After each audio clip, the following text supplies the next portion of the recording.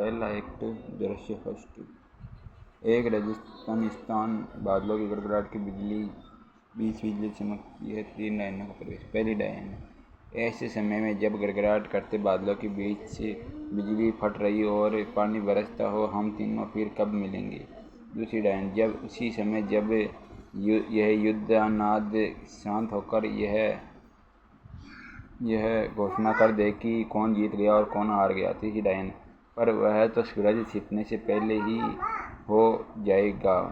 पहली डायन। पर हाँ, मिलेंगे कहाँ। दूसरी डायन। उसी उजाड़ में। तीसरी डायन। वहाँ तो हमें मैकबेथ भी मिलेगा न। पहली डायन। आई ग्रेमलिन। दूसरी डायन। पेडॉक मेरे पीछे पुकार रहा है। तीसरी डायन। अभी एक क्षण में। जिसमें दूसरों की भलाई है उससे हमें घृणा है, और जिससे वे बुरा समझकर घृणा करते हैं वही हमारे लिए अच्छा है। आओ। और धुंध भरी हवा से होकर उड़ चले। सभी उड़ जाती है। दृश्य 2। फ्लोरेंस के निकट एक शिविर। अंदर भय ध्वनि। सम्राट डंकन, मेलकोस, डॉनबेन, लिनॉक्स का अनुचरों के साथ प्रवेश। खून से भीगा हुआ एक सार्जेंट आता है। कौन है यह जो इस तरह खून से भीगा हुआ है। उसकी दयनीय अवस्था से लगता है कि वह अभी रणभूमि से लौटा है।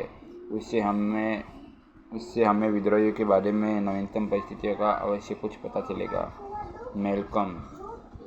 अरे ये तो वही सार्जेंट है जो एक वफादार वीर सैनिक की तरह मुझे बंदी होने से बचाने के लिए लड़ा था। स्वागत है मेरे पराक्रमी मित्र। जिस समय तुम रणभूमि में चले थे उसी समय युद्ध की क्या स्थिति थी। सम्राट ये तुमसे जानना चाहते हैं। सार्जेंट। अभी में कुछ निश्चित नहीं कहा जा सकता स्वामी। दोनों सेनाओं के बीच अभी वैसा ही संघर्ष है जैसा होड़ में बढ़ते दो तैराक जब पूरी तरह थक जाते हैं तो आपस में लिपटकर एक दूसरे की चालों को काटने की कोशिश करते हैं। उस निर्दय मैकडोनाल्ड ने जिससे दुष्टता प्रतिदिन बढ़ती जाती है और जो स्वभाव में ही विद्रोही है। आइलैंड में हल्के शरणों से सुसज्जित सेनाएं और पश्चिमी द्वीप से भारी शस्त्रों से सुसज्जित अश्वारोही बुलवा लिए है। लेकिन कुछ भी हो, वीर मैकबेथ के सामने वे सब कायर है। वे साक्षात वीरता देवी के पुत्र है। मैंने देखा कि भाग्य को उपेक्षा भरी दृष्टि से देखते हुए और अपनी तलवार घुमा कर मार काट करते हुए जिस तरह उन्होंने शत्रु के सीने तक पहुंचने का मार्ग बना लिया था, उससे सच ही वे वीर कहलाने के अधिकारी है। वे तब तक वहां से नहीं हटे जब तक उन्होंने शत्रु के जबड़े तक नहीं काट दिया और उसके सिर को काटकर हमारे मोर्चे की मुंडेर पर नहीं टाक दिया। डंकन। ओ मेरे वीर भाई, मेरे योग्य और मेरे समर्थ साथी। सार्जेंट। जैसे सूरज छिपते छिपते कभी ऐसे भयानक तूफान उठते हैं जो जहाज को उलटते हुए चले जाते हैं और फिर उसी भयावने स्वर में गर्जन करते, उसी तरह जहाँ लगता था कि अब कुछ सुख चैन से बैठेंगे, उसी समय एक के ऊपर एक सा तूफान आता ही जाता था। ओ स्कॉटलैंड के स्वामी, मेरी बात ध्यान से सुनो। हमारे उन वीर सैनिकों ने जिनकी रग रग में वीरता और न्याय का खून दौड़ रहा है, उस भगोड़ी और हल्के से सुसज्जित सेना का ऐसा खदेड़ा कि वह सिर पर पैर रखकर भाग जाने के लिए उतारू हो गई। पर उसी समय नॉर्वे के राजा अवसर देखकर अपने चमकते हुए शस्त्रों से तथा और नई सेनाएं बुलाकर हमें पर अकस्मात हमला कर दिया। डंकन। पर क्या इस पर हमारे सेनापति मैकबेथ और बैंकों का खून नहीं खोला। सार्जेंट। अवश्य। उनका खून उसी तरह चढ़ गया जैसे बाज का गौरैया देखकर और शेर का खरगोश को देखकर चढ़ जाता है। मैं यही कहूँगा स्वामी की दुनी बारूद से सदी तोपों की तरह दुनी ताकत के साथ वे शत्रु की सेना पर टूट पड़े। कौन जाने कि वे अपने साथी से बहते गर्म खून में नहाने के लिए कूदे थे या इसे एक दूसरा गोलगैया बनाना चाहते गोलगैया बनाना चाहते थे। मैं नहीं समझता इसके अलावा उनका कोई तात्पर्य था, लेकिन मैं इतना थक गया हूँ और मेरे शरीर पर घाव भी है जिससे मुझे बेहोशी सी चढ़ी आ रही है। मेरे घाव चिकित्सा के लिए बेचैन से हो रहे स्वामी डंकन। ओह, तुम्हारे शरीर पर जैसे घाव उन्हीं की योग्य, तुम वीरता से भरे हुए शब्द है, दोनों ही महान सम्मान की योग्य। अनुचरों से जाओ, सार्जेंट की चिकित्सा की तुम व्यवस्था करो। अनुचरों के साथ सार्जेंट जाता है।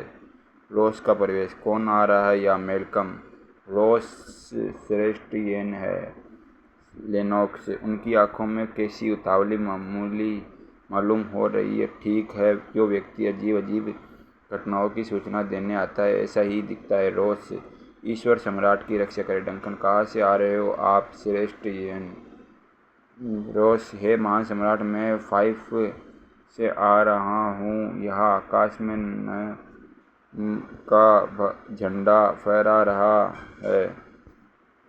नॉर्वे के राजा ने हृदय को हिला दिया वाली एक विशाल सेना लेकर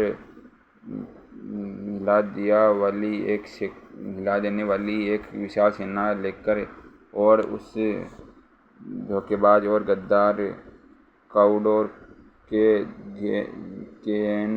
धन की सहायता लेकर एक घमासान युद्ध प्रारंभ कर दिया। तब देवी भवानी के पति उसी मैकबेथ ने अपना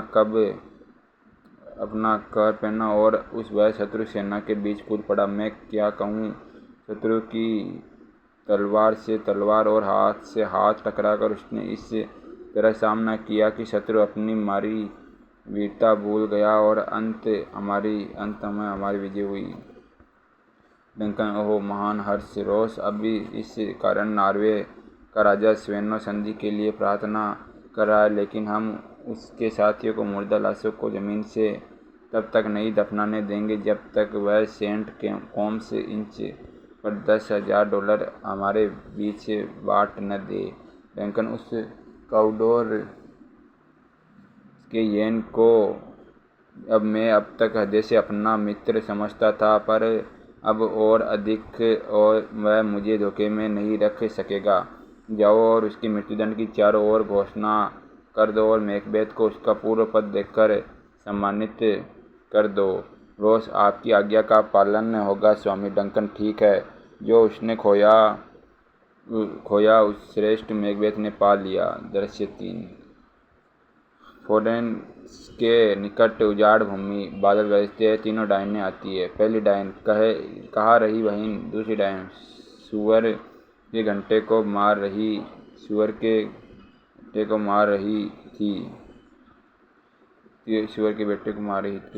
थी। तीसरी डायन, पर कहाँ थी बहन? पहली डायन, पर तुम कहाँ थी बहन? पहली डायन, एक मल्लाह की स्त्री अपनी झोली में कुछ अखरोट लिए हुई थी जिन्हें वह चबाती थी, फिर चबाती थी और चबाती ही जाती थी। मैंने कहा, मुझे भी दे दो तो बच्ची खुची जूठन पर पल्ली। उस भूखी और घृणित स्त्री ने झिड़क कर कहा, भाग जाओ डायन, भाग जा। उसका पति टाइगर नामक जहाज का मालिक है और अब एल्पो गया हुआ है। लेकिन क्या हुआ? मैं एक चलनी से बैठकर उधर आऊँगी और बिना पूँछ वाली चिड़िया की शक्ल बनाकर मैं करूँगी अवश्य कुछ न कुछ करूँगी। दूसरी डायन, मैं तुम्हें एक हवा दूँगी। पहली डायन, बड़ी दयालु हो तुम। तीसरी डायन, और मैं भी एक दूसरी हवा दूँगी। पहली डायन, इसके अलावा सभी हवाएं हमारे पास है। मलाओं की कुतुबनुमा जो भी दिशा दिखाती है उधर ही वेग से बहती है, यहाँ तक कि बंदरगाहों के अंदर तक घुस जाती है। मैं उसके शरीर से सारे खून को चूस कर घास की तरह से सुखा डालूँगी, जिससे न रात और न दिन में कभी भी वह पलक तक बंद नहीं कर सकेगा। मैं उससे एक ऐसी जादू में बांध दूँगी कि 52 हफ्ता तक दुख 81 हफ्ता तक दुख में घुल कर वह एक दिन बिल्कुल मिट जाएगा। यद्यपि मैं उसके जहाज़ को डुबा नहीं सकती, पर फिर भी वह तूफ़ानों के लपेटे में आता हुआ इधर उधर फिरता हुआ ही रहेगा। ये देखो मेरे पास क्या है। दूसरी डायन दिखाओ दिखाओ।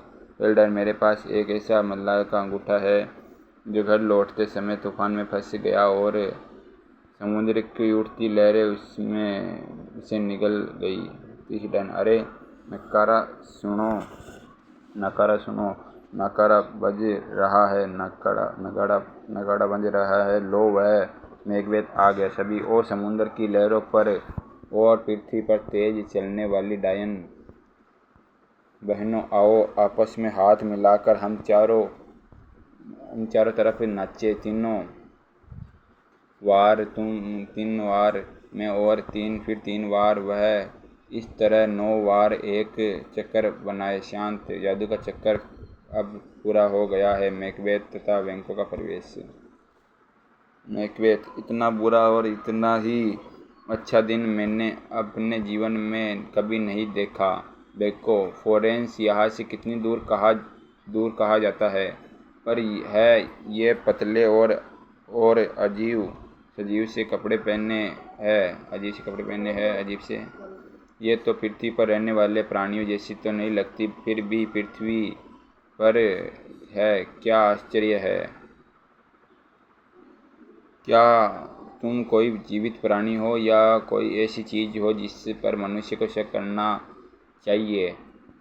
अपनी कटी अंगुली जिस तरह तुमने अपने होठ पर रख ली है, उससे मालूम होता है कि तुम मेरी बात समझ रही हो। अवश्य तुम कोई स्त्री हो, पर तुम्हारी दाढ़ी देखकर मैं कैसे कहूँ कि तुम स्त्री हो। मैकबेथ अगर तुम बोल सकती हो तो बोलो, कौन हो तुम। पहली डायन तुम्हारा स्वागत है मैकबेथ। ओ ग्लेमिस के थेन, अब सबकी ओर से तुम्हारा स्वागत है। दूसरी डायन ओ काउडोर के थेन। मैकबेथ हम सभी की ओर से तुम्हारा अभिवंदन है।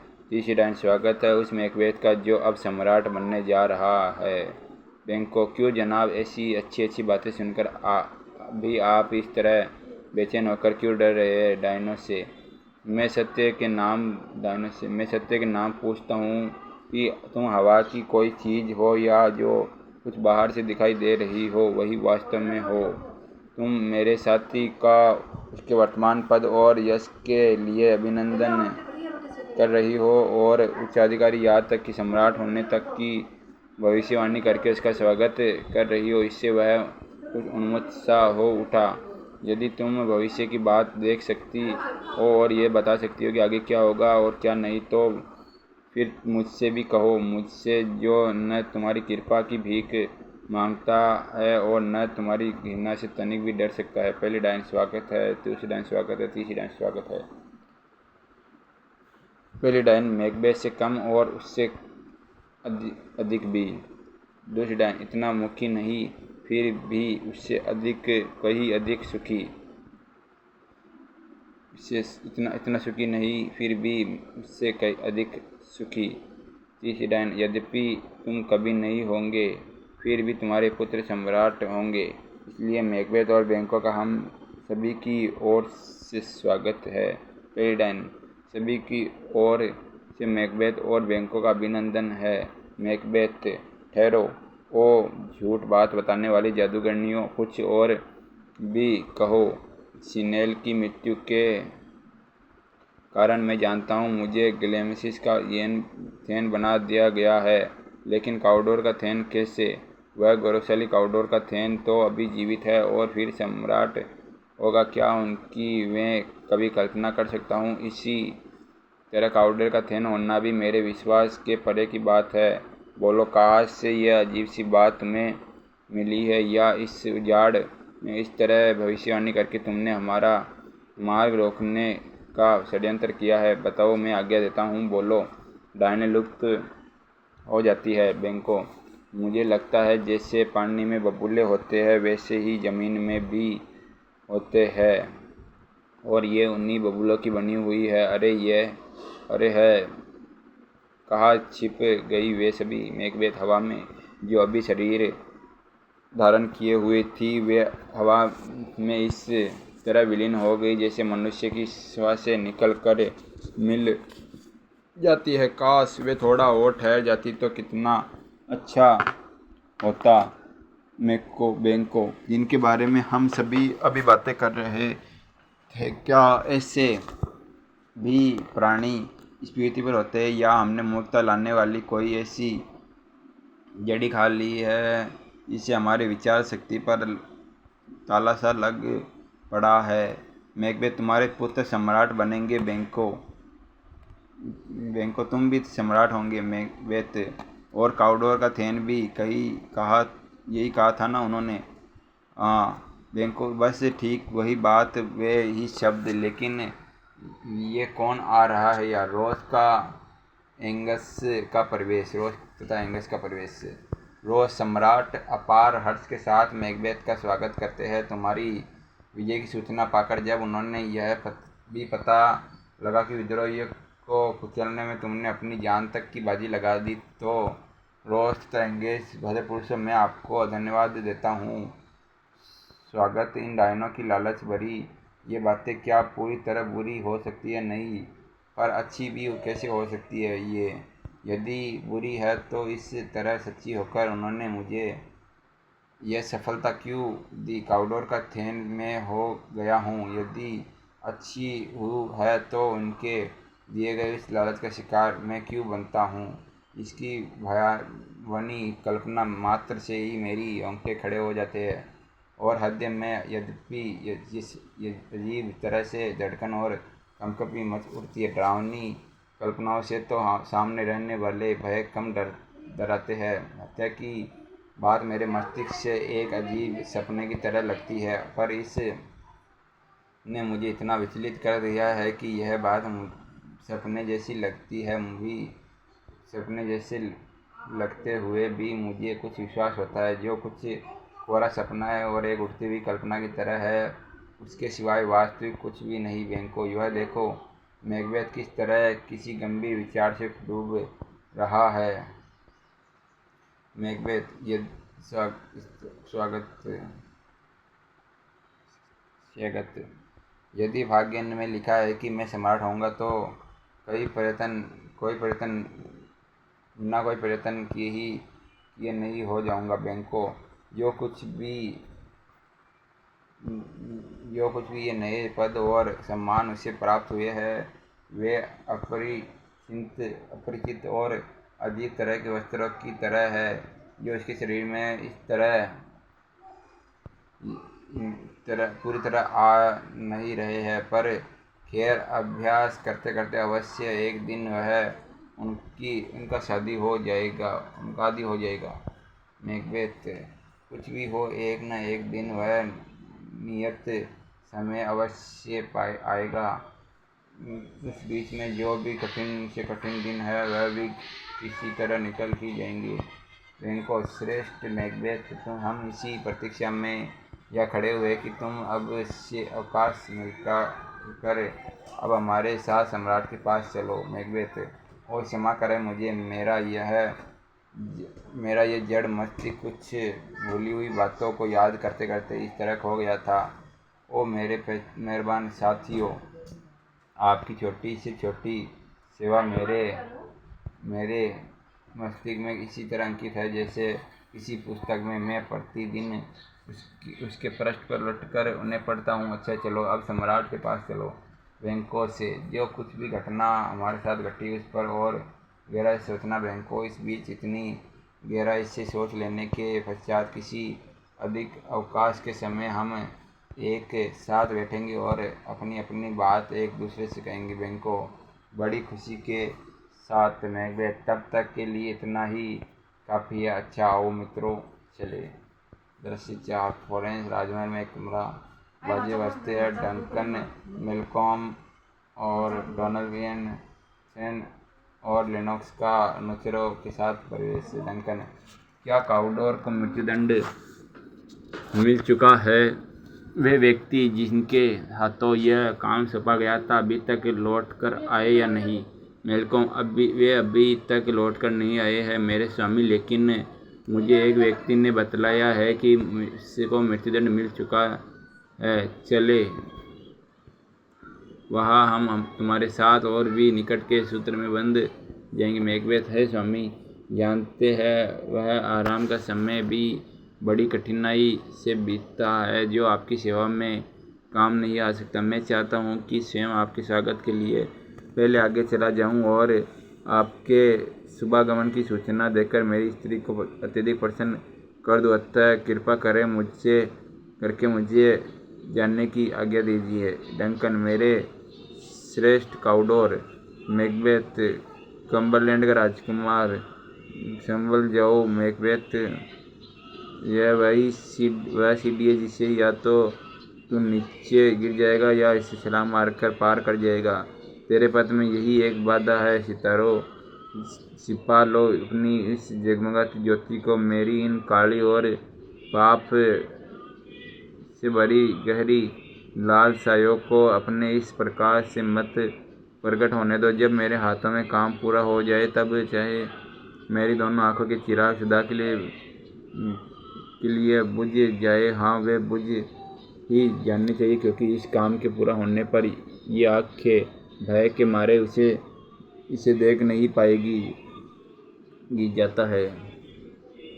डंकन, सच है श्रेष्ठ बैंको, वह इतना शूरवीर है और इसकी प्रशंसा सुनते सुनते हमें ऐसा लगता है जैसे हम अपना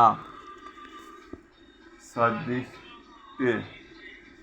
भोजन कर रहे हैं, उसी से हमारा पेट भरता। चलो उसके पीछे चले जो इस तरह उससे होकर हमारा स्वागत करने के लिए पहले ही चला गया है। मेरी दृष्टि में उसके समान कोई भी मेरा संबंध नहीं आता। दृश्य 5 इन्वेंस मैकबेथ का महल। लेडी मैकबेथ का एक पत्र पढ़ते हुए प्रवेश। लेडी मैकबेथ, जिस दिन मुझे विजय प्राप्त हुई थी उसी दिन वे मुझे मिली थी और यह मुझे पूरी तरह पता लग गया है कि पृथ्वी पर रहने वाले प्राणियों से कई अधिक वे जानती है। मैं कुछ और आगे पूछने के लिए उत्सुक हुआ, उसी समय न जाने कहाँ हवा में विलीन हो गई।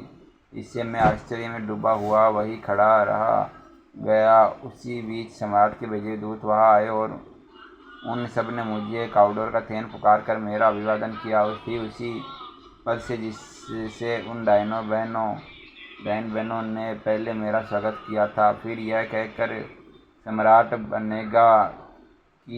बनेगा उसका स्वागत है, उन्होंने आगामी समय के लिए भविष्यवाणी की थी। ओ मेरे सुख और ऐश्वर्य की सर्वप्रिय सहभागिनी, मैंने सबसे पहले यह अच्छा समझा कि तुम्हें इस बात से अवगत करा दूँ जिससे तुम मेरे आने वाले ऐश्वर्य और गौरव से अपरिचित न रह जाओ और मेरे साथ अपनी प्रसन्नता का उचित भाग पा सको।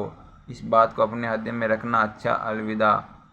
स्वागत क्लेमेंसिस, तुम पहले ही हो और अब काउडोर का थेन बनाकर तुम्हारा सम्मान किया गया है। इसके अलावा आगे की भी भविष्यवाणी अवश्य पूरी होगी, पर फिर भी मुझे एक बात का डर है कि तुम्हारा स्वभाव इतना सरल और उदार है कि यह तुम्हें अपने गौरवशाली भाग्य के निकट शीघ्रता से पहुंचने नहीं देगा। तुम महान होना चाहते हो, महत्वाकांक्षा तुम्हारी रग रग में समाई हुई है, पर बिना किसी तरह का पाप किए उसे प्राप्त करना चाहते हो। जिसको पाने के लिए तुम इतने लालायित हो उसे अंत तक पवित्र रह कर ही प्राप्त करना चाहते हो। किसी तरह की झूठ भी नहीं बोलना चाहते ना, और आनंद भोगना चाहते हो उस वस्तु का जो धोखे और बेईमानी से प्राप्त हो सकती है। ओ ग्लेमिस, तुम जिस ऐश्वर्य और गौरव के लिए लालायित हो वही तुमसे पुकार कर कह रहे हैं कि यदि तुम हमें प्राप्त करना चाहते हो तो धृष्टता को तुम्हें गला लगाना ही पड़ेगा। और कैसा आश्चर्य है कि तुम इसे न करने के लिए अधिक इच्छुक हो, क्योंकि ऐसा करते हुए डर से तुम्हारा हृदय कांपता है ना। शीघ्र यहाँ चले आओ, इससे मेरे हृदय से जितना भी साहस है यह सब तुम्हारे कानों में होकर हृदय में भर दूँ और अपनी वीरता भरी हुई वाणी से उस रोड़े को हटाकर नष्ट कर दूँ जो तुम्हारे राजमुकुट के बीच खड़ा है। वह है, इससे तुम्हारे भाग्य और देवी शक्तियों के द्वारा तुम पहले ही विभूषित की जा रही हो। एक दूत का प्रवेश। क्या समाचार लाए हो दूत? दूत देवी, आज रात को सम्राट यहाँ पधार रहे हैं।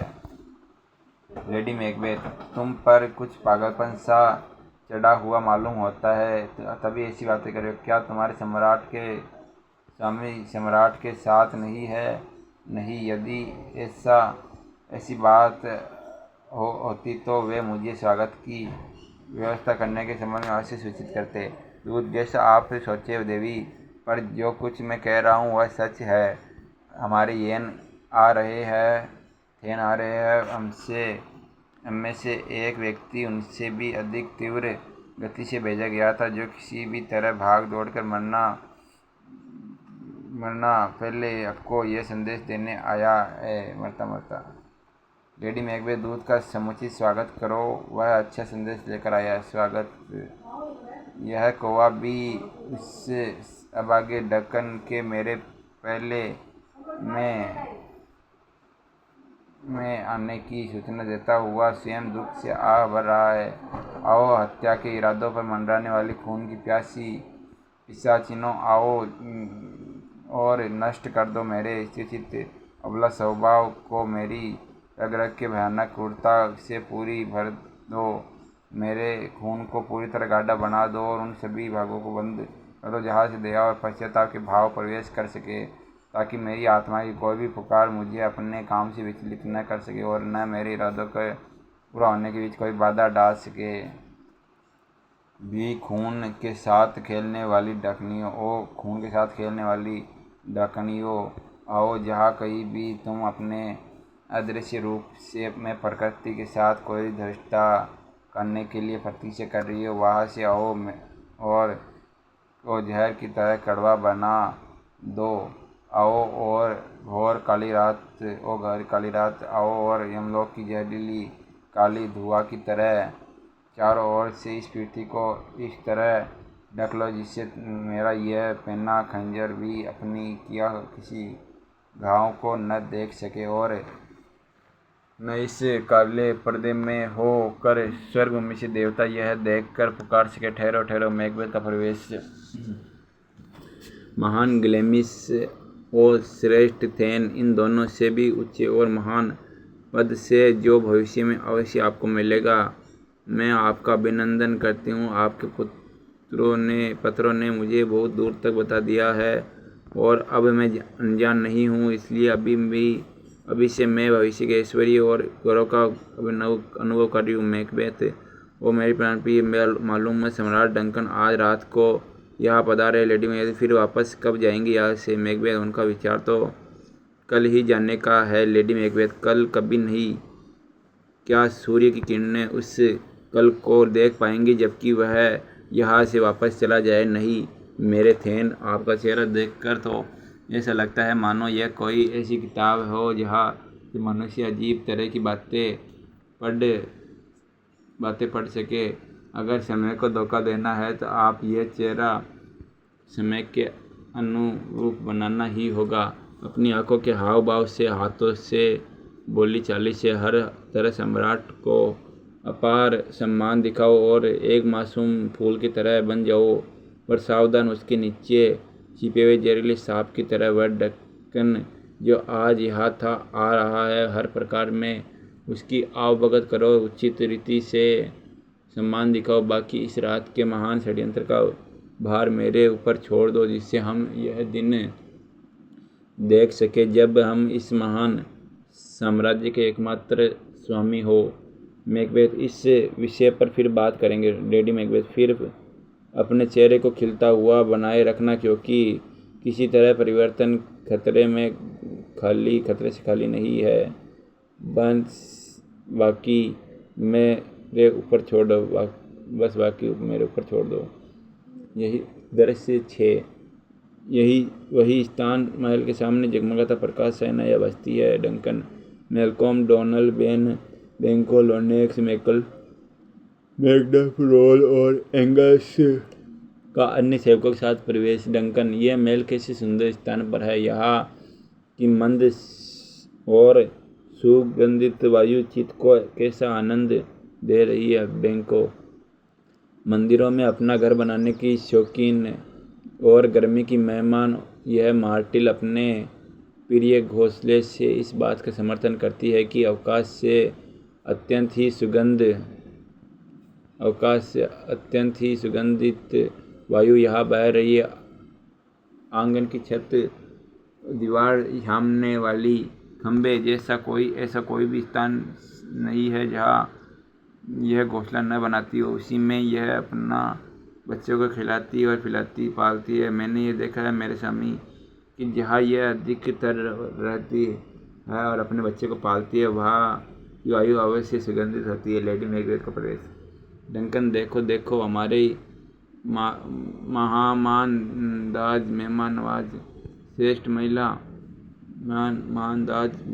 कभी कभी हमारे मित्र और संबंधी जो प्रेम और सम्मान पर हमारे प्रति दिखाते हैं उससे हम एक संकोच में पड़ जाते हैं, पर फिर भी प्रेम मानकर हम इसका आदर करते हैं। इसीलिए हम आपसे यही कहना चाहते हैं कि जो भी कष्ट हमने आपको दिया है उसका ख्याल न करके आप ईश्वर ने हमारे लिए शुभ कामना करें ईश्वर से, और उन कष्ट के लिए हमें धन्यवाद का पात्र समझे। लेडी मैकबेथ, सम्राट, आपके प्रति की गई हमारी सभी सेवाएं, आपके प्रति की गई हमारी सभी जो सेवाएं हैं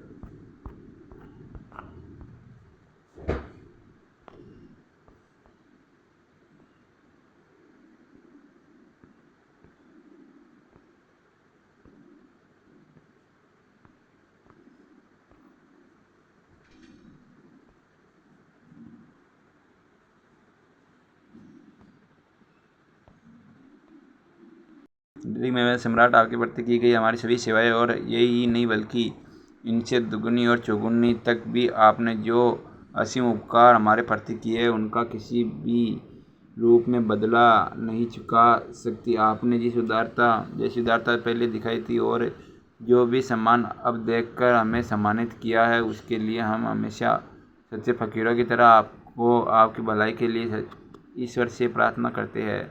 डंकन, पर वह हमारा काउडोर का थैन कहाँ छिपा हुआ है। हम बड़ी ही तेज़ी से उसके पीछे पीछे चले और यह हर तरह चाहा कि उससे आगे निकल जाए, पर वह तो वास्तव में एक अच्छा सवार है। उसके पैर की एड़ी से भी तेज उसका महान प्रेम ही उससे हमसे भी पहले घर ले आया है।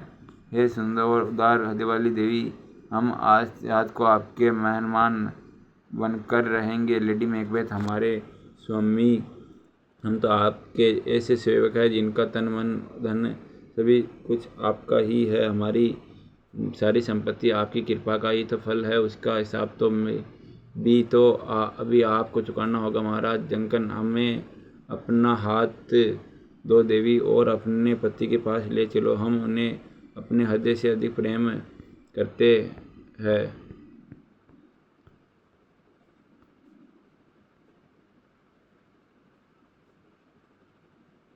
और ऐसा ही सदा करते रहेंगे। अच्छा, अब चलो देवी। दृश्य 7। मैकबेथ का महल जगमगाता प्रकाश है, नई अब बजती है। एक दर्जी, कुछ गोताखोर और सेवक तख्तियाँ तथा अन्य वस्तुएं लेकर आते हैं और रंगमंच से गुजरते हैं। फिर मैकबेथ का प्रवेश। मैकबेथ, यदि यह काम मुझे करना है तो क्यों न मैं इसे शीघ्र कर डालूं। यदि इस खून में हाथ धोने से वे सारे परिणाम रुक सके और हमें सफलता मिल सके। समय के अथाह समुद्र के बीच मौत का ये पतला सा किनारा है। यदि हमारे इस कदम उठाने से वही इस समस्या का प्रारंभ और अंत हो तो हम अपने भविष्य के लिए अपने जीवन का भी खतरा सिर पर ले लेंगे, पर फिर ऐसे पापों का दंड भी तो हमें यही भोगना पड़ेगा। हम दूसरों को कहते हैं कि हमारे लिए खून कर दो, पर जब इनके हाथ किसी के खून से रंग जाते हैं तो उसका कठोर दंड हमारे सिर पर आकर पड़ता है। ईश्वर के निष्पक्ष न्याय में मैंने कभी यह भी देखा है कि जो जहर का प्याला दूसरों के लिए भर कर हम तैयार करते हैं वह हमारे ही ओठों के नीचे आ जाता है। नहीं, मेरे सम्राट की कि उन्हें विश्वास के साथ यह रक्षा होनी चाहिए, क्योंकि एक तो उनका संबंधी और दूसरे उनकी प्रजा होने के नाते ये मेरा कर्तव्य पर्याप्त कारण है कि ये इस घृणित हत्या के काम के विरुद्ध आज ये मेरे अतिथि है, उस नाते क्या उनका खून करने के लिए मुझे अपने हाथों में कटार लेनी चाहिए? नहीं, मुझे तो उन सभी रास्तों को ही रोक देना चाहिए जहाँ उनके जीवन का हत्यारा घुस सके। और इन सब के अलावा ये डंकन अपने व्यवहार में इतना सीधा और सच्चा है कि इसकी हत्या के डरावने समय में उसके के ही देवताओं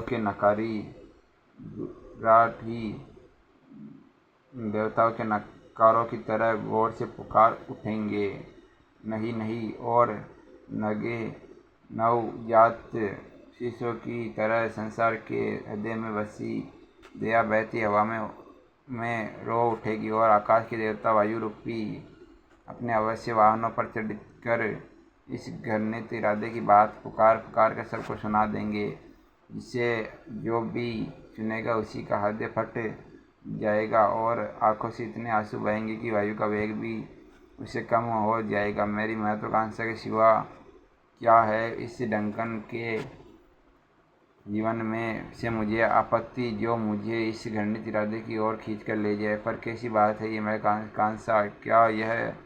क्या यह ठीक उस सवार की तरह नहीं जो कभी कभी अपना निशाना चूक कर हारा हुआ सा दूसरी ओर गिरता है? लेडी मैकबेथ का फ्रेश। क्या समाचार है लेडी मैकबेथ? उन्होंने करीब करीब खाना खा लिया है, पर तुम यहाँ से क्यों गए? मैकबेथ, वे मेरे बारे में कुछ पूछ रहे थे? लेडी मैकबेथ, हाँ।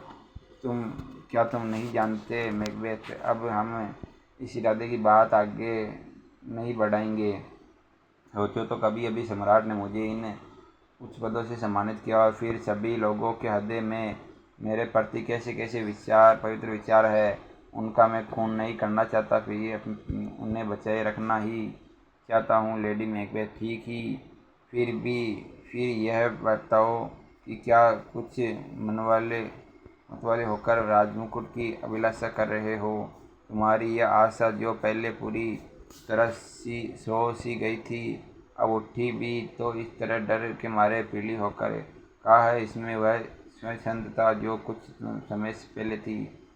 क्या अब से जो मेरे प्रति भी तुम्हारा प्रेम है उसके भी इस तरह अस्थिर और बिना किसी आधार का मानूं? क्या जिस वस्तु को प्राप्त करने की तुम्हारी इतनी लालसा है उसके लिए कदम बढ़ाने का साहस तुम्हारे अंदर मर चुका है? बताओ, मैं पूछती हूँ कि जिसको तुम अपने जीवन का ऐश्वर्य, महानता और गौरव कहते हो, उसे छोड़कर क्या एक कायर का सा जीवन बिता लोगे? बताओ, क्या उसी में तुम्हें संतोष मिलेगा? ठीक है, तुम उसी बिल्ली की तरह हो जो पानी में पड़ी मछली को खाना तो चाहती है, पर अपने पैर उस पानी में भिगोना नहीं चाहती। मैकबेथ, बस तुम चुप हो जाओ और अधिक नहीं, मैं प्रार्थना करता हूँ। बस कौन कहता है मैं कायर हूँ? इस पृथ्वी पर रहने वाले एक पुरुष से जितना साहस होना चाहिए वह प्रत्येक काम करने के लिए मेरी रगों में है। कौन है ऐसा जो मुझसे अधिक साहसपूर्ण कार्य कर सके? लेडी मैकबेथ, तो फिर बताओ, जब तुमने मुझे इस षड्यंत्र की बात बताई थी उस समय कौन पशु तुम्हारे मस्तिष्क में बोल रहा था? मैं कहती हूँ तुम उसी समय एक पुरुष कहलाने के योग्य थे जब तुमने षड्यंत्र बनाया ही था, और अब मैं इससे पूरा करके तो सचमुच एक वीर पुरुष कहलाने के सच्चे अधिकारी होंगे। क्या तुम भूल गए कि जब तुमने इस षड्यंत्र की बात सोची थी तब न तो अपने पास उसके पूरा करने का उचित अवसर था और न ही उपयुक्त डरावने समय में उसके कि देवताओं के नवकारों की तरह जोर से पुकार उठेंगे